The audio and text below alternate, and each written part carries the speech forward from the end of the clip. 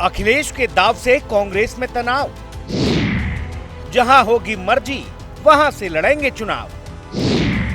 सपा ने 6 सीटों पर प्रत्याशी किए खड़े, यूपी में कांग्रेसी अभी भी 5 सीटों पर अड़े।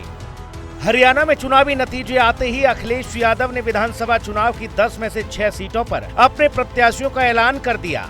सपा ने जिन 6 सीटों पर प्रत्याशियों की घोषणा की है, उनमें मझवा और फूलपुर भी शामिल हैं। इन सीटों पर उम्मीदवारों के नाम का ऐलान कर सपा मुखिया ने एक तरह से कांग्रेस को दबाव में लाने का काम किया है।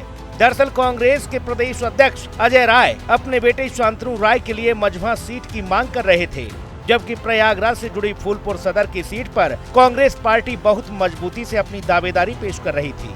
अखिलेश यादव ने अपनी पहली लिस्ट में इन दोनों सीटों पर कांग्रेस के लिए दरवाजे बंद कर दिए।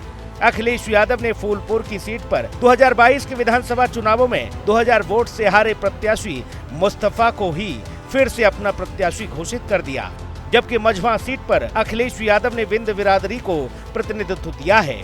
सपा प्रमुख ने सभी 6 सीटों पर एक बार फिर अपना पिछड़ा, दलित और अल्पसंख्यक यानी पीडीए फॉर्मूला ही लगाया है।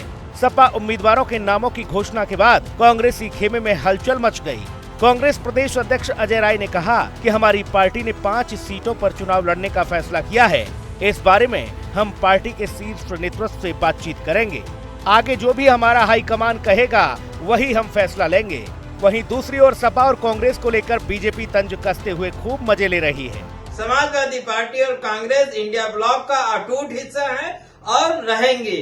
रहा सवाल कांग्रेस पार्टी किन सीटों पे चुनाव लड़ेगी, इसका फैसला भी बहुत जल्दी हो जाएगा और चुनाव की घोषणा के साथ साथ इस बात की भी घोषणा हो जाएगी कि कांग्रेस उत्तर प्रदेश की किन सीटों पे चुनाव लड़ेगी।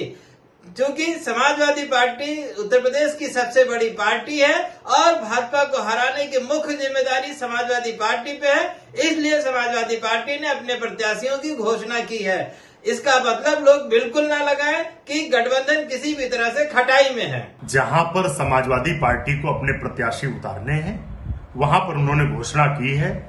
कांग्रेस पार्टी को जहां पर अपने प्रत्याशी लड़ाने हैं, शीघ्र ही हम घोषणा करेंगे। और हरियाणा के चुनाव में जहां भारतीय जनता पार्टी ने हरियाणा के लोगों के जनादेश को तंत्र के सहारे, षड्यंत्र के तहत लूटा है, वहां से ये बात साफ हो गई है कि बिना कांग्रेस पार्टी के भारतीय जनता पार्टी को हराया नहीं जा सकता। हरियाणा के चुनाव परिणाम के बाद से समाजवादी पार्टी के नेता और प्रवक्ता जिस तरह से कांग्रेस की आलोचना कर रहे हैं, उससे स्पष्ट हो रहा है कि गठबंधन में गांठें अब बहुत गहरी पड़ गई है।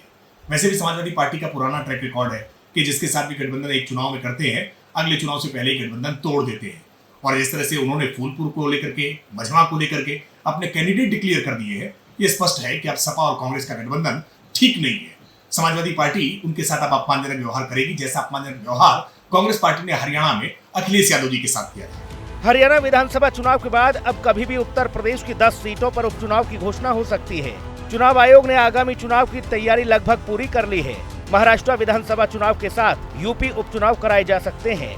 इससे पहले कांग्रेस ने यूपी में फूलपुर, मझवा, खैर, मीरापुर और गाजियाबाद सीट पर दावा ठोका था, लेकिन सपा ने फूलपुर और मझवा सीट से अपने दावेदार मैदान में उतार दिए हैं। ऐसे में सवाल यह है कि सपा ने 6 सीटों पर दाव चल कांग्रेस को क्या उसकी हैसियत बताई है।